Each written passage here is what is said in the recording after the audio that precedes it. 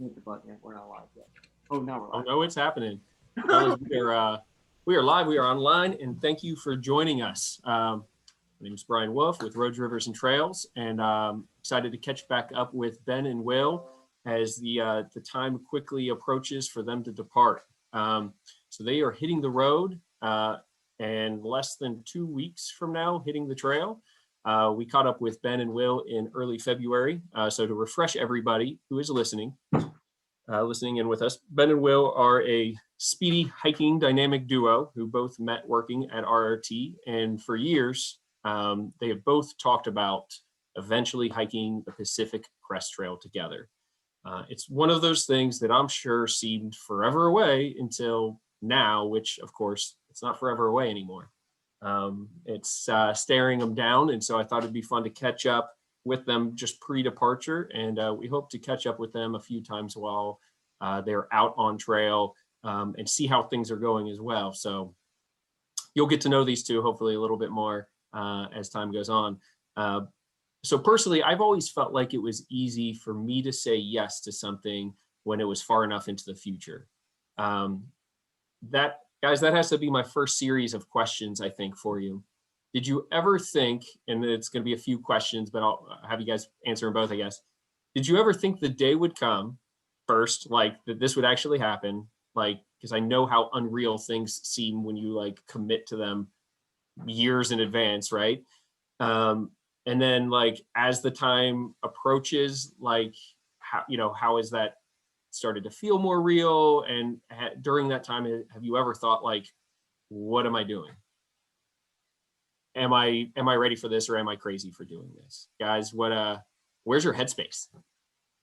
You want to go first, Will, or do you want me to go first? Yeah. I can hop on. So I guess when I hiked the AT 5 years ago at this point, I told myself when I was on that, I am not doing the PCT. I'm done with this. About a year later, changed my mind. And since then, I've been pretty stoked for it and kind of ready to go. And I guess I kind of always knew the day would come. But I went through this with the AT2, and like I think about like a month or 2 months out from like the day you leave, it gets very real. And suddenly you decide, I don't want to do this anymore. And that's kind of where I'm at right now as I'm like packing up, finishing school and moving on with life. I'm like, I'm kind of scared. I don't know if I want to do this anymore, but I'm like, all right, it's just a phase. It'll pass. As soon as I get out there, it's going to be great and we'll go for it. So that's Well, I remember on the AT, it was also like your first, week or two on the AT too, right? Like it takes some progression once you get out there to, you're transitioning to a totally different way of life. And you're like, oh man, you kind of like have to hold yourself accountable, right? Like told myself I was doing this, told everybody I was doing this, like we're going to keep trucking. So definitely becomes a point of pride. It's like, I can't let people down. And I quit my job and all that kind of stuff to come do this. So I can't quit after a week. Wait, Will, you quit? No, this is how I find out. I'm still here. I'm not quitting. I'm taking a leave of absence. All right. Leave of absence. Ben, how about you? Yeah, definitely a lot of the same things. Like I've never felt excited, sad, scared, happy, ecstatic. Like I've never felt all these like tugging emotions all at the same time. So like one thing that was like really good for me was like Will came into the shop on Sunday and he was working on like sorting some of his gear out, sorting some of his food out. And we kind of like talked about where our heads were at. And like knowing that we're both on the same page just going into this, knowing he's like already been there before as far as like that like tug in your own head. For me, that was like really positive. And it makes me more excited to get out there with him and do this together. But yeah, definitely like heads all over the place. Like I've been doing a lot of stuff this week, packing on my life into a box, getting everything ready to go and ready to leave and ready to just like focus on just this one thing for 5 months is this like scary but exciting thing. So I think you're definitely right about once we get out there and once we settle down for a couple weeks, like it'll be a great summer and a great experience. So right, you hit on something there that I totally remember is like putting all your things in a box, right? Like wherever you're moving them to storage or a friend's basement or whatever. And I remember going through that as well. And and then saying the goodbyes, like you feel like you're saying goodbye for a longer period of time. Like you're coming back, like you're not moving across the country for 20 years, right? But you feel like, well, maybe you're not going to come back. But you feel like it's this, it's just such a big deal. So, I know that you guys are kind of going through that now. Would you say that you're ready? Would you say that you're prepared? Me personally, I feel really prepared. My gear's ready, my spare stuff's ready, my boxes, my food. I've looked at the trail a lot. Like this has been something that's been in my head for 5+ years. So I feel extremely ready to get there. It's all those like other things of like physically getting there, physically being able to hike it, all those other like doubts and worries that are in your head. But as far as like preparation, I feel really, really prepared personally, for me. Okay, Will? Yeah. As far as gear and food, I'm pretty much there. Mostly dialed, a few minor changes to make once I get back to Cincinnati next week, or I guess later this week. I'm very close to being there, but I don't think I'm quite as fully like, I don't really know what's ahead on the trail quite as much as Ben does. He's done a little more research than I have. So for me, it's kind of going to be a get out there and ride on Ben's coattails for a little bit to figure things out. And then I'll kind of figure stuff out as I'm out there. But I'm ready enough, and as ready as I'll be. That's definitely one place that Will and I are going to complement each other, which would be nice. Is Will's got this very strong understanding, I'm sure, of like the mindset of getting into the trail those first couple of weeks and all that after doing the AT, and then like I obsessively have looked at this trail for the past 2 years, knowing that we were going to do it. So like I understand like the things we're walking into in the terrain and all those things. So I think our skill sets will complement each other a lot. So that's what it's been. It's been like 2 years of planning. At least, yeah. Yeah. That's impressive. That's a lot. So I do want to switch gears on some of the kind of the things you just mentioned, is just kind of how things have changed and how things are coming together. And we talked a little bit on our last talk. And again, this is February, early February. So it's been a bit. And we talked about like kind of just where you thought your guys's like pack weight might be, but I wanted to get a little bit more into the gear. The PCT hiker typically has like a different mentality than the average AT through hiker. And the average base weights seem to be more dialed in and commonly sub 20 pounds.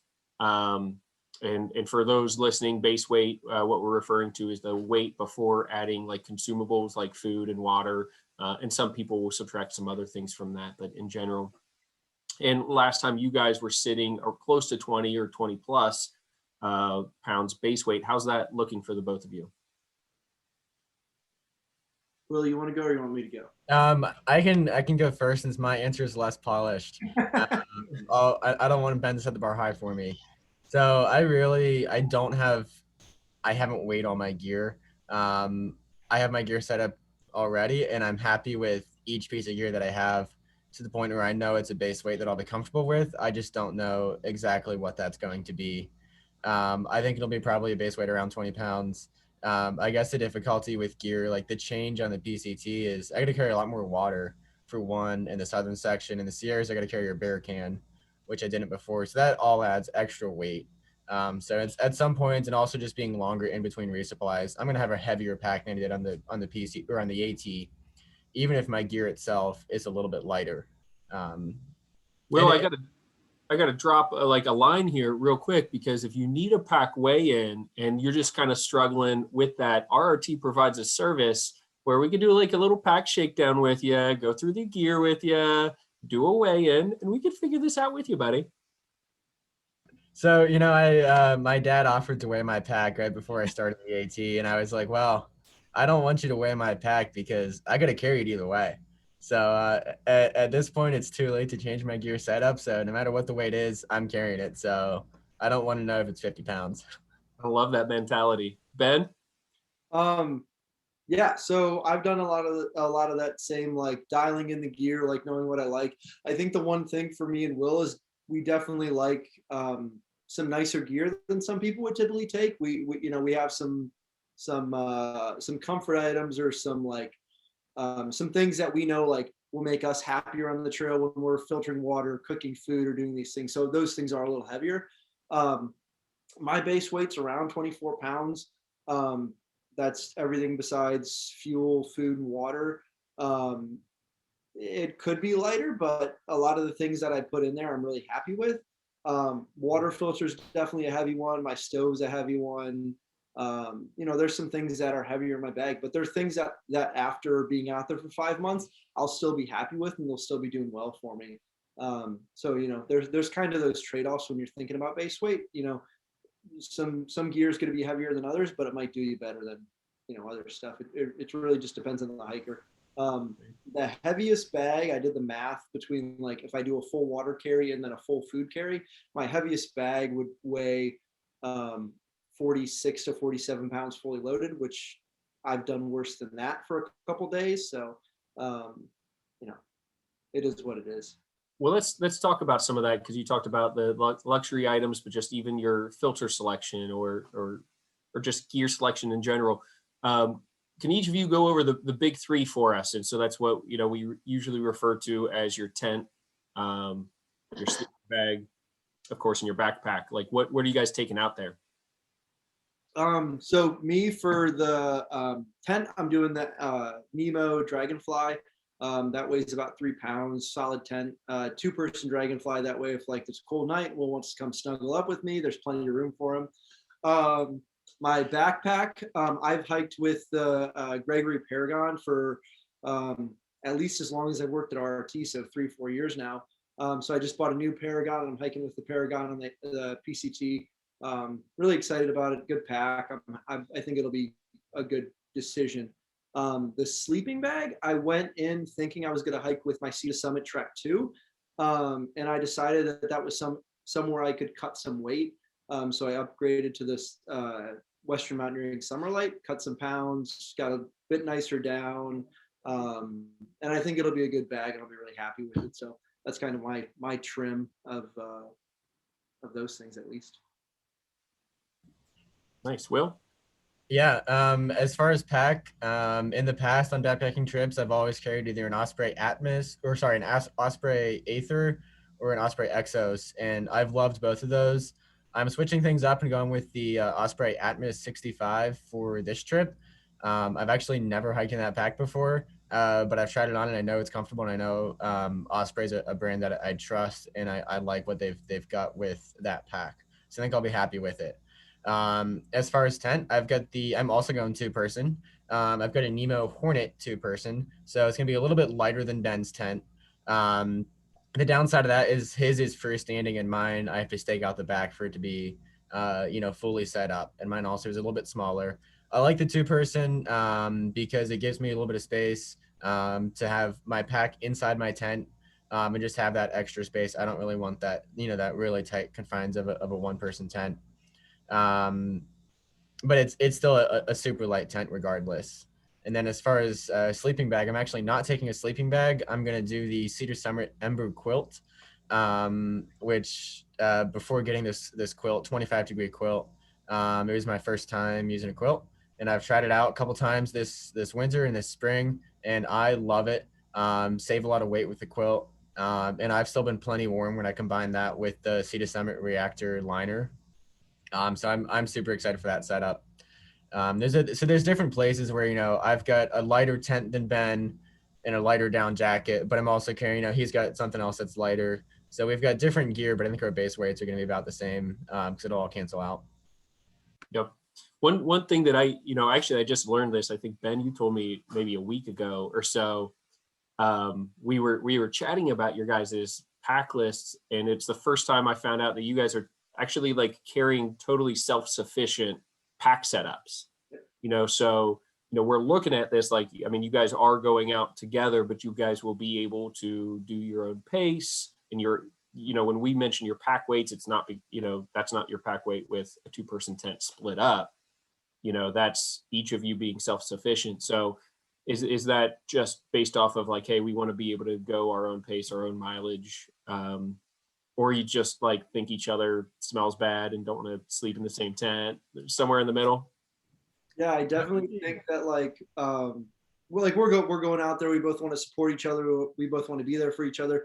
But at the same time, like Will might make some friends or want to check out some birds, and like he's gonna do his thing, and like maybe I want to like go a little slower than he does some days, so I'm gonna do my thing. So we wanted that ability to like we can be there with each other and kind of like do what we're doing together. And then like, maybe there's a week where we're just like, hey, we need a break. And like, he's 20 miles ahead of me and I'm 20 miles behind him. Like, maybe just to have that option is kind of what we were going for.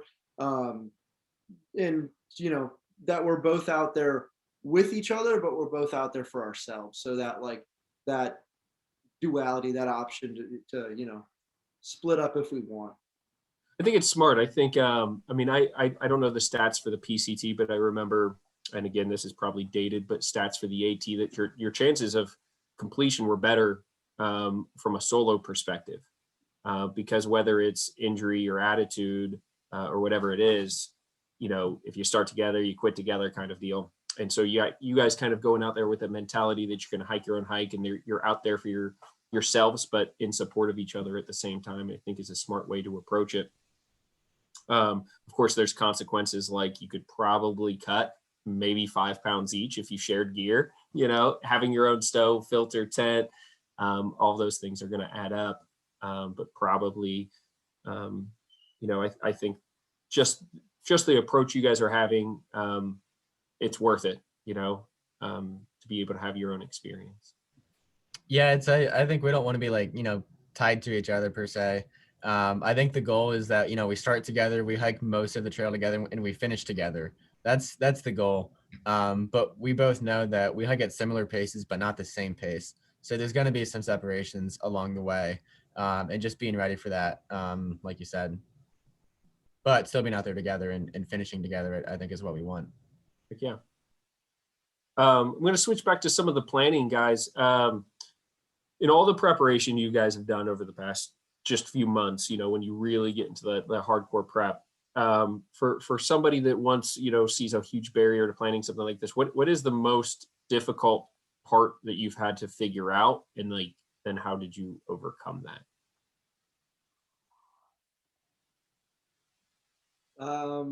Will, do you want to, do you have anything you want to chime in, or do you want me to chime in?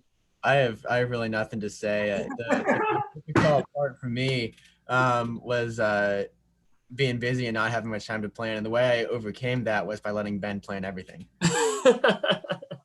Yeah. So I am a very obsessive planner.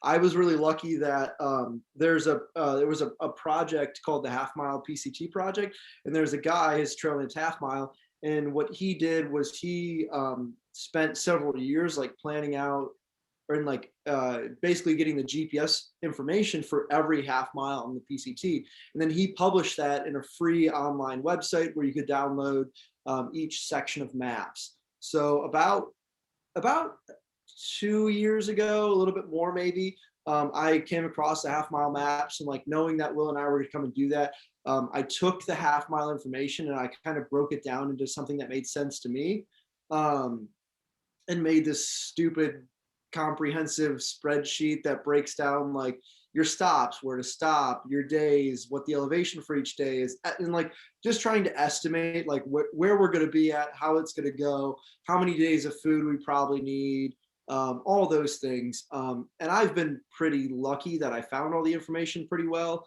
and was able to do that. And that's available to people too. Like that'll be published on RT's website a couple times, I'm sure. And yeah, it's been pretty good. Nat Geo puts out, starting this past year, they started putting out PCT maps from the southern terminus to the northern terminus, and those do 10 miles off the trail in either direction. They talk about resupply stops, they talk about places to camp, they talk about water supplies. So there's really a treasure trove of information. So it's been, I don't want to say easy, but it's been pretty streamlined to get all the information we need, which is good. COVID's been a complication with making sure everything's open to get packages from, but other than that, it's been pretty straightforward. Ben, again, you said go back to some of those resources, PCT or half miles PCT maps. Yeah, so half mile maps. I think some of them are still posted online. There's the National Geographic Pacific Crest Trail maps, which we sell at RT. And then there's other websites on the Pacific Crest Trail Association.org, PCTA.org website, that'll give you a lot of information about getting permits and maps and information and resupplies you need for each section of the trail.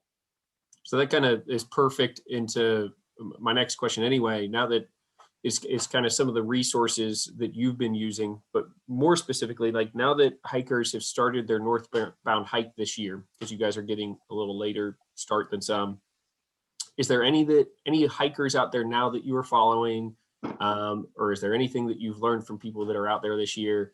And then, or do you have any favorite blogs or YouTubers that you've been following or paying attention to in regards to like your research with the PCT? So something, I guess I haven't really followed anyone that's out hiking there right now, but I do have the Gut Hook Trail app and I have the PCT map downloaded for that. And that's basically going to serve as my map and GPS on the trail. And it's great because since it's on a phone platform, it's, very up to date. So I can look at a water source and see people that have hiked through there yesterday and commented, this water source is dry now. And I've been seeing a lot of that. There's a lot of dry water sources right now. But it's nice to go in knowing the, up-to-date information on those sources rather than relying on a paper map, which is great. But it can become outdated. And so Ben's got the paper maps and I've got the Gut Hook app. So I think those will complement well together, having both those. Yeah. So Will's doing the Gut Hook. I'm doing the paper map, and then there's a couple other online resources that are free. There's the PCT Water Project, which you can pctwater.org, and they do like a water report for different sections of the trail that we'll be looking at probably. There's a lot of good like information out there that we've definitely been looking at, or I guess I've been looking at. That'll help us hopefully in the next couple months. Then you mentioned real quick, like just COVID complications and things like that. Is that like something you've already seen or people have seen as far as like being on trail and hiking, or do you just anticipate any setback due to that? Yeah. So luckily, a lot of the resupplies in California are United States Postal Service offices. Those have all been open in normal hours. There's some like trail hostels, I guess, that have gone out of business because of COVID, or they've decided not to open this year because of the risks of COVID. So that's kind of been one of the things that we've had to adjust a couple of stops and spots for. A lot of the big ones have been in Oregon and Washington. So there's a couple spots where there's youth camps or like ski resorts that are like right on trail, and several of them have either said like, yeah, we're not accepting PCT packages, we're not, like, if you send it here, we're going to send it back. And then some places that have said, hey, we're not going to make a decision till later in the season, once we see how everything sorts out in the next couple of weeks. So that's kind of been a rock in the gears, I guess, like making sure that we have everything set in stone before we leave. There's a couple things we'll leave floating, but it's nice to know exactly what's floating before we go. And the community out there, for the most part, from what I've read and what it seems, everybody's been pretty on board with taking care of each other, but also, making sure everybody's being safe. So, Are there closures, not necessarily due to COVID, but I know like are there already some fires or anticipating fire closures or? Yeah. So in California, there's a couple of rock slide closures and some pretty simple like trail detours. The biggest ones right now are in Central Oregon and then Central Washington. There's a couple sections where there's 20 to 50 miles of trail closed. And it's going to be complicated, but those have been closed since like early to mid last year. So, I'm fingers crossed that by the time we get up that way, they've been working on it this summer, and maybe we'll get lucky and they'll be open. So a lot of forest fire burn areas. That's kind of the big issue right now, and then a couple landslide areas. So for the most part, it seems like most of the trails good, but again, we'll see how the summer plays out. Fingers There's crossed. potential to skip sections, or you're hoping that there's the opposite. There's potential that you don't have to skip major sections. Yeah, there's the two sections that are closed right now. One of them wouldn't be too bad. It's a 20-mile section in Oregon. You can do easy trail reroute, just hike around it. The section in Washington that's closed is a little bit more complicated. It sounds like it's going to be like a 2-hour car ride to detour from road to road to get around the closure. But we'll see how those play out. Very cool. And I know you guys also put a lot of work into your food resupply. And that's a big concern. We see all the time people coming in and just food fear, right?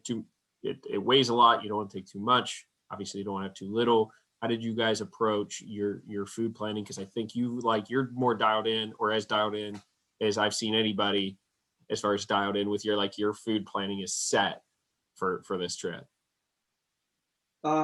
Yeah, so like taking the half-mile maps and turning it into that spreadsheet that I was kind of talking about, I really understood, in my opinion, and knowing like Will and I's pace, anticipated how many days it would be between each stop. And then I think each of us took our own like calorie count and like knowing what we eat, how much we eat, that kind of thing into account. So we ended up with somewhere around 15 resupply boxes. And I started out thinking we would do 26 boxes. And that was just like very conservative, saying each town we would just send ourselves food because it'd be cheaper that way.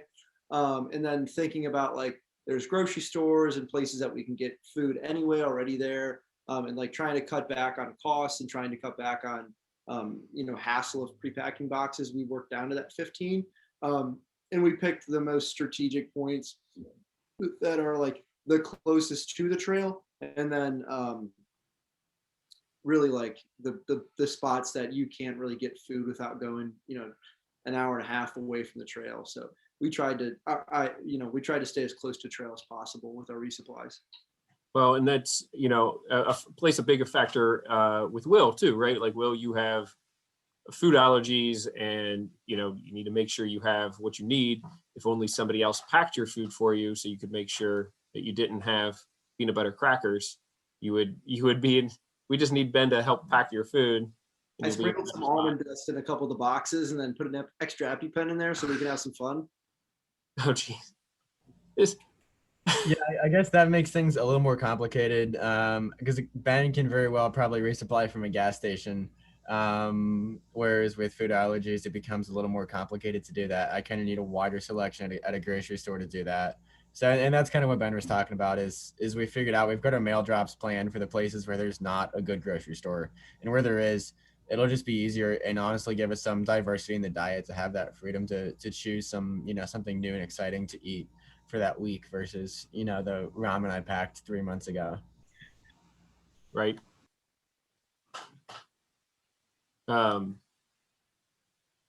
You guys will be well fed, because another thing I kind of wanted to follow up on from our last interview was the just insane amount of McDonald's that you'll be able to buy if you choose on the trail.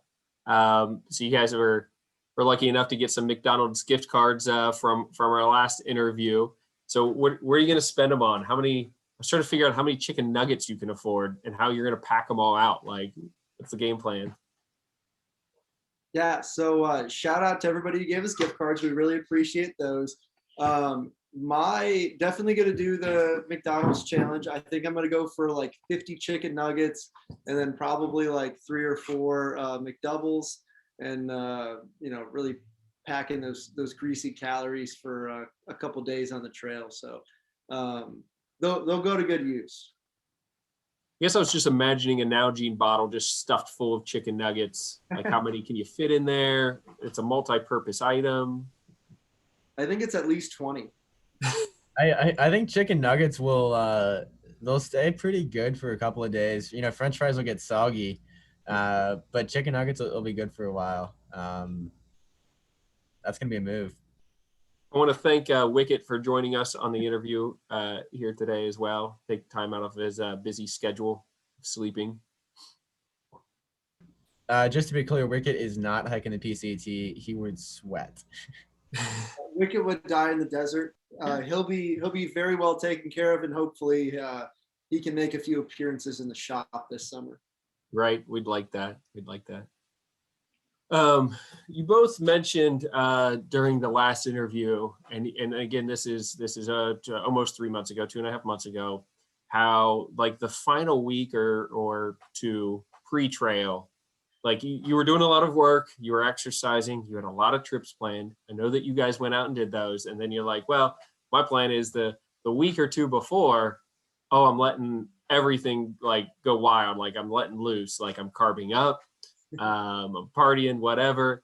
Well, one, thanks for showing up for the interview still here today and not being in like full luau mode.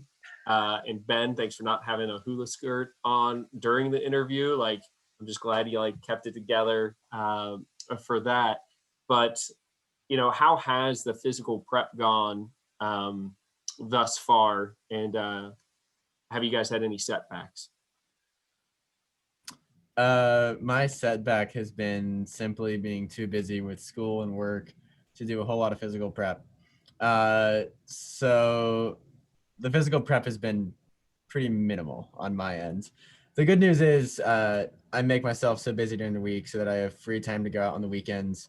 So I'm getting a lot of backpacking trips in, and I feel pretty solid about going out and hiking 15 to 20 miles in a day. Which is kind of all I need to have. So I think physically I'm ready for the PCT. I could be more physically prepared, but I'm happy with where I'm at given the circumstances. And we'll see how many of those days I can do end to end. Well, I feel like that was just like an answer, like, you know, your parents are listening, like how much you've been working at schoolwork. I mean, I believe you, but No, I've been really busy. If it says anything, I haven't climbed in like 2 weeks. I just haven't had time. no. Ben, how about you? Yeah, so since the last time we talked, Will and I went out and did a 23-mile day in Red River Gorge. We did a 32-mile weekend or something like that. So, you know, we got the miles in, we know we can do it. I personally, like, I was definitely trying to like push what I was doing as far as physically preparing myself. And I had to dial it off a little bit sooner than expected. I was just having some leg pains and troubles just from like not stretching and not really like paying attention to my body, which I think was honestly a good thing that it happened pre me getting out there, because I know what to listen to and look for and like the things that I need to stretch and pay attention to every day when we're out there. But yeah, definitely dialed it back the past couple weeks and like just trying to get the feet used to the shoes and you know, the body ready for the stress of the next 5 months. Guys, now I want to end on kind of a lighter note. Totally unprepared. This is just like the speed round before. You're just gonna have to fly with whatever like rolls off your tongue. It's okay. You'd say it. Making them nervous. I want you guys to, if you didn't already have trail names, you have to name each other. Go. Jack. Beardo Baggins. Beardo Baggins. Is that Will? Yep. Did I hear Dalton chime in? Oh, Ben, I'll call you Cocopelli. Cocopelli, that'd be fitting too for Ben, but we should also look up what Cocopelli does. I love it. Watch out. That's a great Hawaiian deity. I love it. Yeah, we did talk about Ben bringing out the Cocopelli as a awesome pack raft that Ben travels with a ton. And just like every week changing what's in Ben's bag just to make everyone flip out on the trail. Like 1 week he pulls out a pack raft. It just acts like he's been carrying it the entire time. And then next week he pulls something else out and we just keep doing mail drops with him. That would be fun. Next question is, who's going to grow the better beard? Ooh. Ben. Oh, I'm seeing a lot of hands. I think we can let Facebook vote on that one, but I'm looking pretty good now. Ben, I'm sorry, but the red color just really adds something. So unless you dye your beard, you're not gonna win this competition. This is gonna lighten up in the desert, man. So I feel like this should be a, how would you guys feel about like a start from scratch competition? Like, should you, Ooh, no? Yes. I've been Start from scratch. Start from scratch. Start from scratch. It's the only fair way to gauge it, right? I went full, like, cut all the hair, cut the face back in January, and I said I'm not gonna cut anything until I get done with the PCT. So I want to see what 10 months of nothing looks like. All right, how about this? How about like a number, like, I don't know, you could pick a number 3 or a number 4 razor or something, but you both do it, so you both know you're at the exact same spot. That's pretty much what I'm going with. I don't want to be sweating in the desert because I have so much hair on me. So starting this weekend, I'm gonna probably shave down my head with a 3 or 4 razor, get that nice and short, and then trim the beard to just about nothing, so it's barely visible. Not quite starting from scratch, but pretty darn close. But let's just be clear here. It's not about the beard volume and quantity. It's about how good it looks. So even if Ben doesn't shave and grows a bigger beard than me, I'm confident mine will still look better. I will say that Will's chin is very square, and he does a good job at that. Yeah. So, who's packing the trimmers, not like the electric, but like the little scissors to trim your mustache? Because, like, dude, eating Mountain House when your mustache is in your mouth is just, I can't even grow facial hair, and I've had to deal with it. That's the one item we will share. The 2 beauty products that I have is scissors, which are also my sewing scissors for my repair kit, and then a comb, because this shit gets tangly. Oh, okay, not for your head. This is for your beard, the grooming kit. Oh yeah. Yeah. Will, any grooming kits? Can you one up that? I'm bringing nail clippers. I don't know what Ben's gonna do about that. I'm gonna put some weight, knowing that you're bringing yours. Yeah, a comb and small pair of scissors is a good call. We'll see if I need them. I can always like buy them at a drugstore out there. I like it, guys. This has been fun. I really appreciate you guys joining me again. And we need to get this on the books for On the Trail. I'd love to catch up more than once. I know that's not going to be the easiest, but we're going to catch you in some town at some hostel where you got some Wi-Fi, and obviously you guys are going to have your phones, and it might be a little bit more complicated, or as far as camera work goes, or whatever for you guys. But we'll make something work, and we'll catch up on trail and keep everybody updated, if that's good for the both of you. Yeah, we hope to keep in touch. I can promise next time we do this, I'm not going to look this good. I'm going to look a little sweatier, a little dry. And that's okay. I'm glad neither one of you listed deodorant in your pack kits. We've taught you better than that. Too much weight. And, Bugs. what's that, Ben? I said too much weight. Too much weight. Too much weight for the mules that will carry anything. There's still limits, right? You still got to cut the line somewhere. So, all right, everybody. Thank you for joining. Again, you can catch this on the YouTube afterward. We'll try to put in the comments, some of the resources Ben talked about, and websites and stuff. So if you're catching up with this later or anything like that, questions along the way, we'll obviously be in communication with these guys, and you can follow along. It's going to be an awesome journey along the PCT. Super jealous of the both of these guys getting out there and doing it. Super proud of the both of these guys. So we look forward to talking more. But until then, thanks for joining us. Take care, everybody. Take care.